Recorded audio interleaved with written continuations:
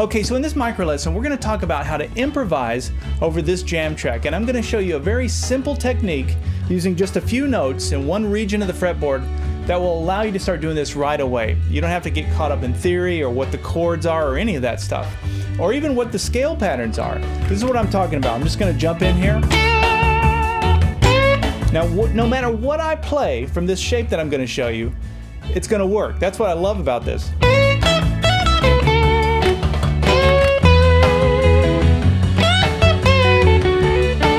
I don't have anything planned here. That's how I'm able to stop and talk to you and then jump back in.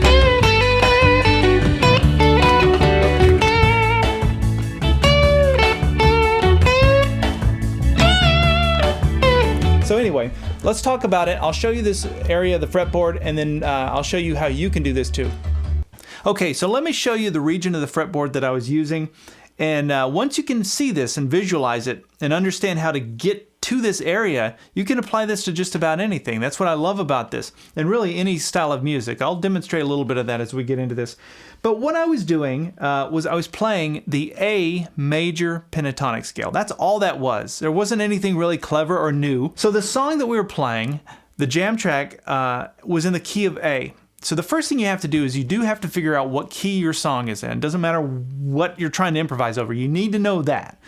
But so that song was in the key of A, and even though there was two parts, it was like a verse and a chorus, lots of different chords going by, the whole song was in the key of A. So that means I can find this A major pentatonic scale. We're going to stay in one little zone here, and any of these notes are going to work. Why did I choose the A major pentatonic scale as opposed to the A minor pentatonic scale or the A major scale? I could ask that question a million different ways. Well, the major pentatonic scale, and the reason it's so popular is it eliminates two of the notes from the major scale. Penta means 5. So the pentatonic scale is only a 5-note scale, and the 2 notes we got rid of can be problematic. They can clash with other notes, and it just sort of, by getting rid of them, it takes the guesswork out of it. That's really what it is. That's why people love the pentatonic scale, or the minor pentatonic scale is the same thing, but with obviously a minor, bluesier vibe. But you're getting rid of the problematic notes, so you can just kind of play what you feel. That's what I love about the pentatonics. So let's look at this zone here. So A major pentatonic scale. Now we're going to be in this one little area here. We're going to start with a triangle. I want you to picture this triangle with me. So it's going to start here on the 11th fret 3rd string. That's the tip of the triangle. And then we're going to play 10 and 12 on the 2nd string. Now, for those of you that are thinking about patterns of your major pentatonic scale, sometimes we talk about patterns. This would be pattern 4 of the major pentatonic scale. Not minor pentatonic, major pentatonic. But hopefully you can see the little triangle that I'm talking about. That's how I visualize it anyway. With a little tip there on the 11th fret 3rd string. Now, the important note to know out of this triangle is this note. Why is that? Because that's my A note. Did you connect the dots there? Oh yeah, A major pentatonic scale. There's your A note. That means if I want to find this triangle for another key in another time, another instance, another song, all I have to do is find the note name for the key of the song that I'm in on this 2nd string. So if we're playing a song in the key of G, I just need to find my G note on the 2nd string, which would be up here on the 8th fret. So now my triangle for the G major pentatonic scale is right here. I can use the same techniques that I'm using here for this, for the key of A, but use them in a different key. Hopefully you understand that little part of it. Okay, so going back to A. So we have this part. We have 3 of the 5 notes of our major pentatonic scale. We're already almost done. It's that easy. Now, from this 12th fret 2nd string, we're going to slide this up 2 frets to the 14th fret. So now I've got this 12th fret, 14th fret. On the 2nd string, we have the same 2 notes, the same 2 frets, but on the 1st string. So 12, 14.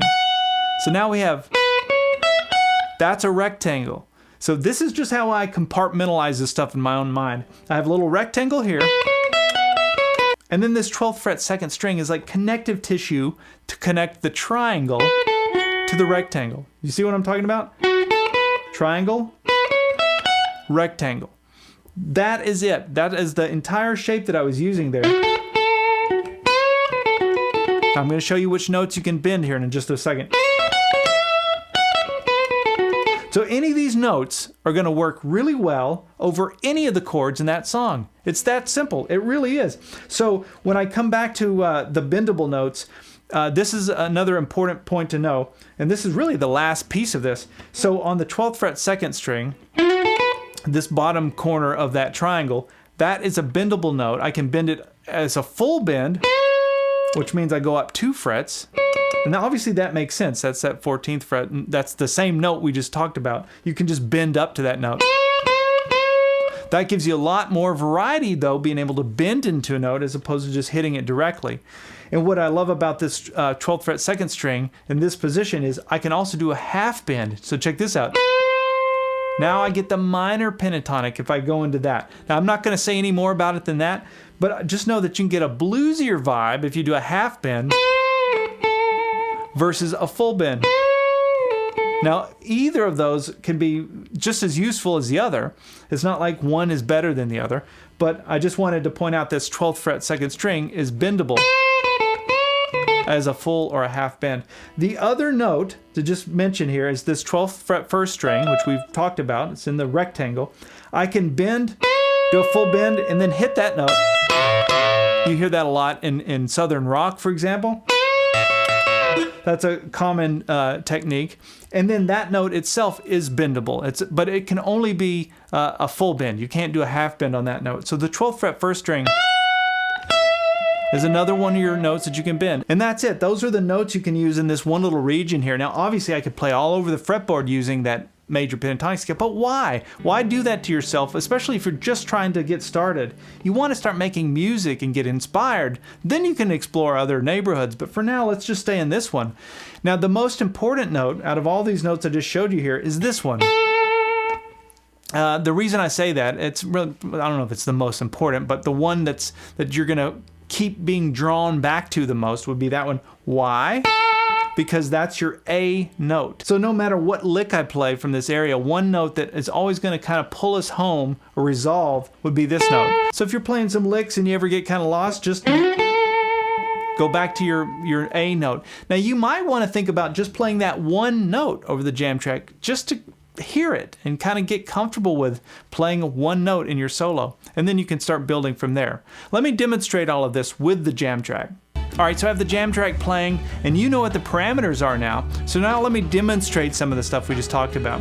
So I'm going to start with that A note, that 10th fret second string. And notice that I can just throw that note pretty much wherever I want, and it's going to work because it's the note for the key of the song.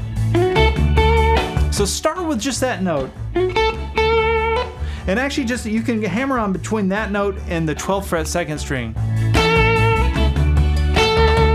Just to start to hear those intervals and sort of how they play off of the chords. In fact, I don't think I would move past this little triangle here to start with. It's a great starting point because you've got your bent note, which is that 12th fret second string. Now watch this. All this is in that triangle.